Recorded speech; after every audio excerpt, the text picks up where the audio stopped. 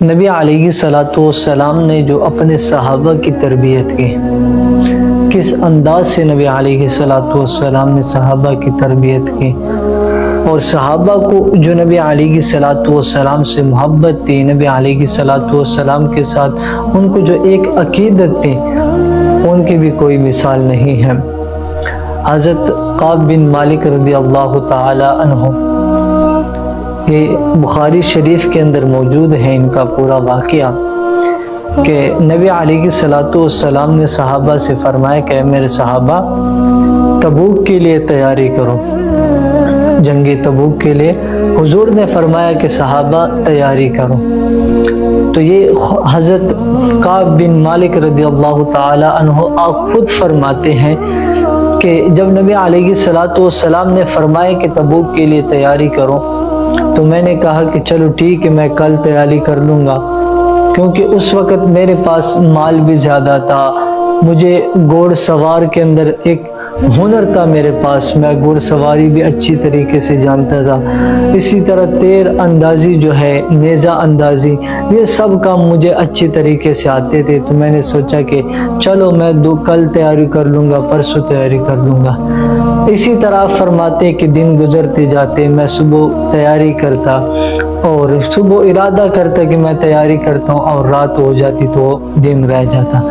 میں اسی میں گزرتے رہے دن کہ میں کل تیاری کر لوں گا، پرسوں تیاری کر لوں گا، ترسوں تیاری کر لوں گا۔ بالآخر جب نبی علیہ السلام جنگ تبوک کی طرف روانہ ہوئے، جب نبی علیہ السلام جنگ تبوک کی طرف چلے گئے، جنگ کی طرف جب نبی علیہ السلام چلے گئے، تو آپ فرماتے ہیں کہ میں نے کہا کہ ٹھیک ہے، نبی علیہ السلام جا رہے ہیں تو میرے پاس اچھے گھوڑے ہیں، میں مالدار بھی ہوں، اور مجھے چلانے کا فن بھی ہے، میں دوڑاتا بھی اچھی طریقے سے ہوں، تو وہ جب پہنچیں گے تو میں ان تک پہنچ جاؤں گا، یعنی میں بعد میں چلا جاؤں گا۔ آپ فرماتے ہیں کہ اسی طرح جب نبی علیہ السلام چلے گئے اور نبی علیہ السلام واپس تشریف لائے، یعنی خبر پہنچی کہ نبی علیہ السلام واپس تشریف لا رہے ہیں، آپ فرماتے ہیں کہ اس وقت صرف میں رہ گیا تھا، یا کچھ کمزور لوگ جو ضعیف لوگ تھے، بزرگ لوگ تھے، وہ رہ گئے، اور ساتھ میں منافقین تھے جنہوں نے بانے بنائے، وہ بھی وہاں پر رہ گئے تھے۔ تو آپ فرماتے ہیں کہ مجھے بھی اپنے اندر سے منافقت کی بو آنے لگی کہ یار وہ صحابہ جو ہے وہ چلے گئے نبی علیہ السلام کے ساتھ، اور یہ منافق نہیں گئے، ایسا نہ ہو کہ میں بھی کہیں ان کے اندر شامل نہ ہو جاؤں۔ تو آپ فرماتے ہیں کہ جب نبی علیہ السلام تبوک سے واپس تشریف لائے، تو نبی علیہ السلام کی عادت مبارکہ تھی کہ وہ جب بھی تشریف لاتے تو وہ سب سے پہلے مسجد نبوی میں تشریف لاتے، وہاں پر آپ نوافل ادا کرتے، اس کے بعد لوگوں سے مخاطب ہوتے، لوگوں سے مسائل پوچھتے کہ کیا درپیش آیا، کوئی مسئلہ وغیرہ تو نہیں، لوگوں کے حالات آپ پوچھتے۔ تو آپ فرماتے ہیں کہ سارے منافقین نبی علیہ السلام کی بارگاہ میں آئے، اور نبی علیہ السلام پوچھنے لگے، تو وہ کہتے ہیں کہ فلاں کہتا ہے کہ میرے بچے بیمار تھے، فلاں کہتا ہے کہ میرے گھر والے بیمار تھے، فلاں کہتے ہیں کہ حضور ہماری ابھی طبیعت ٹھیک ہوئی ہے۔ تو یہ حضور کے سامنے بہانے بنا رہے ہیں، حالانکہ حضور کو بھی پتہ ہے کہ یہ منافقت کی وجہ سے نہیں گئے، اور مجھے بھی پتہ ہے کہ یہ جھوٹ بول رہے ہیں، لیکن حضور ان کو جانے دے رہے ہیں، وہ اپنا عذر پیش کر رہے ہیں، اور حضور ان کو جانے دے رہے ہیں۔ آپ فرماتے ہیں کہ ایک لحظے کے لیے میں نے بھی اپنے دل کے اندر یہ سوچا کہ یار جس طرح یہ بہانے بنا رہے ہیں، میں بھی کوئی بہانہ بنا لوں اور میں بھی چلا جاؤں۔ لیکن پھر خیال آیا کہ مسلمان نیک و بد پہچان جاتے ہیں، پر مدینے والے آقا دلوں کی بات جان جاتے ہیں۔ آپ فرماتے ہیں کہ میرا بھی تھوڑی دیر کے لیے یہ خیال آیا کہ میں بھی جھوٹ بول دوں اور میں بھی اپنا آپ چھڑا دوں، کوئی عذر پیش کر دوں، لیکن پھر بھی میں نے سوچا کہ یار جھوٹ حضور سے بولنا ہے جس کو غیر کا علم ہے، حضور سے تو جھوٹ نہیں بول سکتے۔ آپ فرماتے ہیں کہ میں نے ٹان لی، میں حضور کو سب سچ سچ بتا دوں گا۔ جب میری باری آئی، حضور نے مجھے بلایا، میں حضور کے قریب گیا، تو حضور نے مسکراتے ہوئے مجھ سے پوچھا تو میں نے عرض کی کہ حضور سستی کی وجہ سے میں نہ آ سکا، یعنی سستی کی وجہ سے میں آپ کے ساتھ جنگ پہ نہ جا سکا۔ تو باقی جتنے بھی لوگ تھے منافقین، انہوں کو جب حضور کے سامنے انہوں نے عذر پیش کیا تو حضور نے ان کو جانے دیا، لیکن کعب بن مالک کو اپنے پاس بٹھایا کہ تو یہاں پر بیٹھ جا۔ مکتب عشق کا دستور نرالا دیکھا، مکتب عشق کا دستور نرالا دیکھا، اس کو چھٹی نہ ملی جس نے سبق یاد کیا۔ آپ فرماتے ہیں کہ باقیوں کو حضور نے جانے دیا، لیکن مجھے حضور نے جانے نہیں دیا، مجھے اپنے پاس بٹھایا۔ جب اپنے پاس بٹھائے تو حضور نے فرمایا صحابہ سے کہ اے میرے صحابہ، کعب کے ساتھ آج کے بعد کسی نے بھی بات نہیں کرنی، اور حضور نے مجھے بھی فرمایا کہ آج کے بعد میرے سامنے تم نے نہیں آنا، آج کے بعد تم نے میرے ساتھ بات نہیں کرنی۔ تو حضرت کعب بن مالک فرماتے ہیں کہ جب حضور نے یہ جملے فرمائے کہ مجھ سے بات نہیں کرنی، صحابہ کو منع کیا کہ کوئی بھی صحابی میرے ساتھ بات نہ کرے، تو آپ فرماتے ہیں کہ ایسا مجھے محسوس ہوا جیسے زمین میرے پاؤں کے نیچے سے نکل گئی۔ آپ فرماتے ہیں کہ میں اتنا پریشان ہو گیا، میں جب جاتا ہوں، جب میں اپنے ماموں زاد بھائیوں سے بات کرتا ہوں، چاچو زاد بھائیوں سے بات کرتا ہوں، تو وہ میرے ساتھ بات نہیں کرتے۔ ایسا مجھے محسوس ہوتا ہے کہ جیسے کہ مدینے کی گلیاں مجھ سے نہ آشنا ہو گئی، مدینے کی گلیاں مجھ سے بات نہیں کر رہی۔ او یارو دعا منگیا کرو کہ سیدھا مرشد رس نہ جاوے، جنہ دے پیر رس جاوے، او جین دی جی مرے رہندے نے۔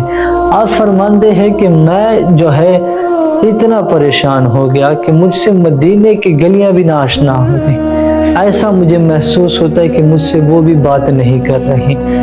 آپ فرماتے ہیں کہ جب میں مسجد کے لیے جاتا ہوں، جب بھی کسی صحابہ سے بات کرتا ہوں تو وہ مجھ سے بات نہیں کرتے، میں حضور کی طرف دیکھتا ہوں تو حضور میری طرف نہیں دیکھتے، لیکن جب میں سر کو نیچے کرتا ہوں حضور کی طرف نہیں دیکھتا تو حضور میری طرف دیکھتے ہیں۔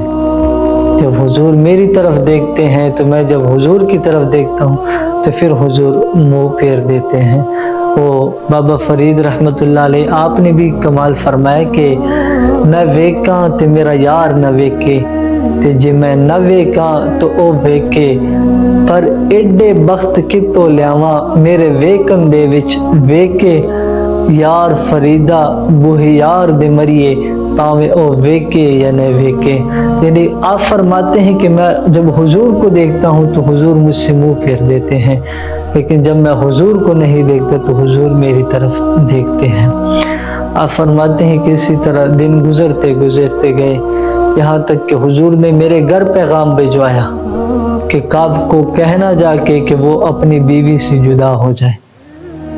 یعنی اپنی بیوی سے وہ جدا ہو جائے، الگ ہو جائے۔ تو میں نے حضور کی بارگاہ میں عرض کی کہ حضور کیا میں اپنی بیوی کو طلاق دے دوں؟ تو حضور نے فرمایا کہ نہیں، اپنی بیوی کو طلاق نہیں دینا، بلکہ اپنی بیوی کو میکے بھیج دینا۔